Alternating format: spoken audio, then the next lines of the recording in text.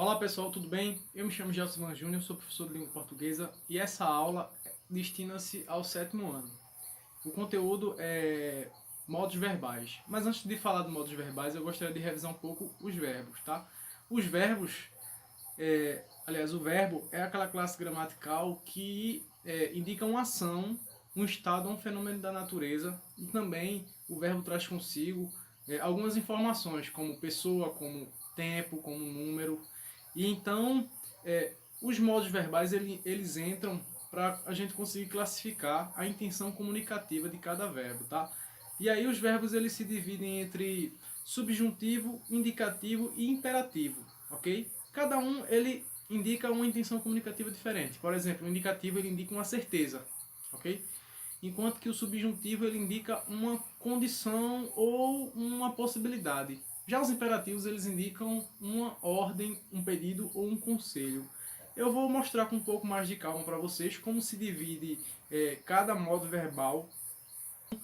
Na apresentação a seguir eu vou deixar tudo detalhadozinho para vocês e é isso. Obrigado. Olá pessoal, tudo bom com vocês? Dando continuidade aqui ao assunto de modos verbais, primeiramente eu queria dizer que o objetivo dessa aula é basicamente dizer quais são as intenções comunicativas e as funções de cada modo, certo? E aí, como eu havia falado também, a gente vai falar sobre o modo indicativo, o modo subjuntivo e o modo imperativo. Eu trouxe aqui a definição de cada modo indicativo, subjuntivo e o imperativo, e alguns exemplos para ficar mais visível assim a diferença entre esses três modos e a função de cada um. Mas primeiro vamos à teoria, vamos ver o que diz a teoria, que é essa explicaçãozinha aqui do início, tá? E aí vem, os modos verbais são as ideias que os verbos transmitem em suas conjugações e são classificados em indicativo, subjuntivo e imperativo. Algumas pessoas ficam em dúvida em relação ao emprego de cada uma dessas formas, mas iremos simplificar agora o processo de reconhecer e aplicar cada uma delas. Acompanhe. Bom, o indicativo é aquele modo verbal que indica uma certeza, tá? Se eu digo a porta está fechada, é uma certeza. Eu não estou levantando nenhuma hipótese e também eu não estou dando nenhuma ordem. E aqui vamos aos exemplos que tem aqui sobre o modo indicativo, tá? João brincou no parque. Observe aí que eu não estou levantando nenhuma hipótese e também não estou dando nenhuma ordem quando eu falo que João brincou no parque. Outro exemplo também, Maria terminou a lição de casa. Olha o verbo aqui, terminou, dando a ideia de uma certeza, perdão, vou grifar novamente aqui para ficar mais bonitinho. E aqui o último exemplo do modo indicativo, Roberta passou no vestibular. Parabéns, Roberta. E aí, olha ele grifado. E é interessante falar que quando a gente fala de um verbo no indicativo, a gente indica a certeza.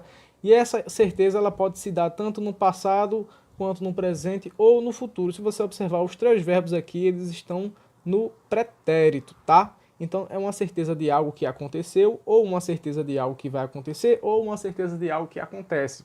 Por isso que o verbo indicativo, o modo indicativo, ele se divide entre futuro, pretérito e presente. Vamos seguir aqui para o subjuntivo.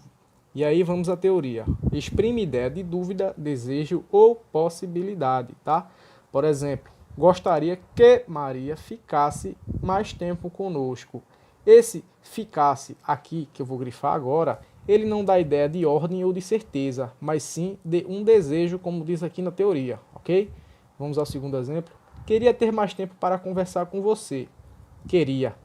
Gostaria, que é a mesma coisa. Queria ter mais tempo para conversar com você. Nesse caso aqui, dá ideia de desejo também, não dá ideia de certeza e não dá ideia de ordem, como o modo imperativo que eu vou falar agora à frente, tá? E aqui o último exemplo, seria bom encontrar uma casa por aqui. Olha o verbo mais uma vez aqui, seria bom encontrar uma casa por aqui. Então, esse verbo também exprime um desejo, tá? Esses três verbos desse segundo elemento aqui, desse segundo exemplo, esses três verbos estão no modo subjuntivo, ok? E aí eu vou para o terceiro modo imperativo para fechar aqui com chave de ouro e dar mais uns dizeres. E aí o modo imperativo é aquele modo que exprime uma ordem, pedido ou ameaça, não é? quando um sequestrador liga para a casa da família do sequestrado, ele manda logo o sequestrado, a família do sequestrado, depositar o resgate na conta, e aí ele fala com aquele tom de ameaça, aquele tom de ordem é um tom do imperativo. E aí a palavra imperativo vem de imperador, que é aquele carinha lá que é praticamente dono do império e que só faz mandar, não é? E aí tem aqui, ó, o exemplo. Não saia de casa. Nesse caso aqui é um imperativo negativo, tá? Dando uma ordem para que a pessoa não saia de casa. Principalmente vocês aí nessa quarentena. Por favor, fiquem em casa. Seguindo aqui, obedeçam às leis da cidade. Quem obedece, obedece a algo ou a alguém. Nesse caso aqui, as leis. Então, é uma ordem do governo do estado ou do município do Recife para que vocês obedeçam essa quarentena e permaneçam cada um nas suas casinhas, ok?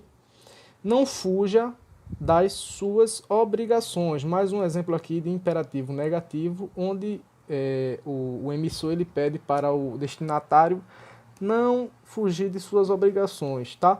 Outro exemplo também que a gente encontra muito verbo no imperativo é em receita de bolo, né? Que a gente vê lá como se fazer o bolo, o modo de preparo, né? Mexa, misture, adicione, coloque, ligue. Então, todos esses verbos que a gente encontra numa receita de bolo, esses verbos estão no modo imperativo, que dão ideia de ordem ou pedido, tá? E aí, só para ressaltar, só para lembrar, o indicativo indica uma certeza, o subjuntivo uma dúvida, desejo ou possibilidade, e o imperativo uma ordem, tá, gente? Obrigado. Eu vou deixar um link aqui abaixo na descrição para que vocês possam conjugar os verbos e compreender melhor as conjugações. Vocês escolhem o verbo, colocam lá e lá já vem tudo conjugado, tudo certinho. E vou deixar alguns exemplos aqui de onde a gente pode encontrar cada um desses modos, ok? Abraço, tchau, tchau. Obrigado, até a próxima.